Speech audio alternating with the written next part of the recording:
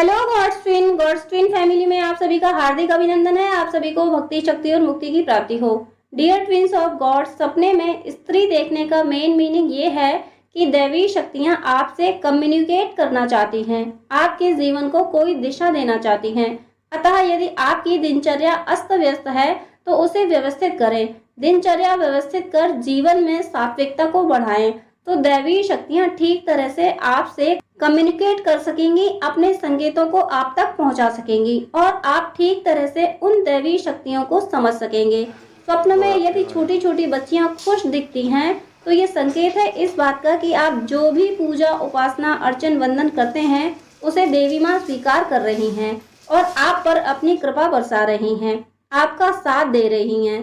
साथ ही वो ये भी चाहती हैं कि वो आपकी सहायता कर रही हैं तो आप भी अपने जीवन को और सात्विक बनाने के लिए अपनी क्षमता भर दूसरों की सहायता करें।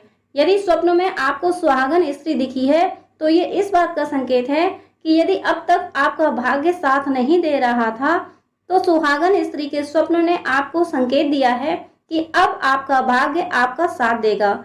आप मेहनत और ईमानदारी से संघर्ष कर रहे थे, आपको ये एहसास होता था कि पूरी शिद्दत से मेहनत के बाद भाग्यवश कुछ ऐसा होता था कि आप सफलता के करीब पहुंचते हैं और सफलता आपसे दूर चली जाती है।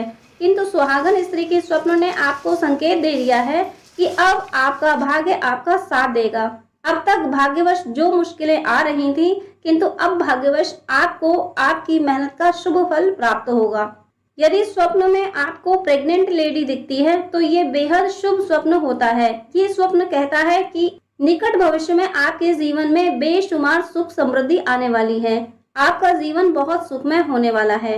इसके विपरीत यदि आप स्वप्न में विधवा स्त्री देखते हैं तो ये संकेत है इस बात का कि आपके जीवन में संघर्ष आने वाला है, आपकी मुश्किलें बढ़ने वाली हैं। किंतु इसका अर्थ ये बिल्कुल नहीं कि हम विधवा स्त्रियों को अशुभ मानना शुरू कर दें, उनसे घृणा करने लगें। ऐसा हमें नहीं करना है, क्योंकि ईश्वर ने स्वप्न में विधवा स्त्री दिखाकर प्रेरणा दी है कि जैसे विधवा स्त्री चुपचाप अकेले ही अपने कठिन जीवन का बोझ अपने कंधे पर उठाकर अपनी जीवन यात्रा पूरी करती है, ऐसा ही संघर्ष, ऐसा ही साहस आपको दिखाना है। तभी आप आने वाले मुश्किल समय में दृढ़ता से कर्तव्य पालन करते हुए इस तूफान पर विजय हासिल करोगे। जय श्री कृष्ण।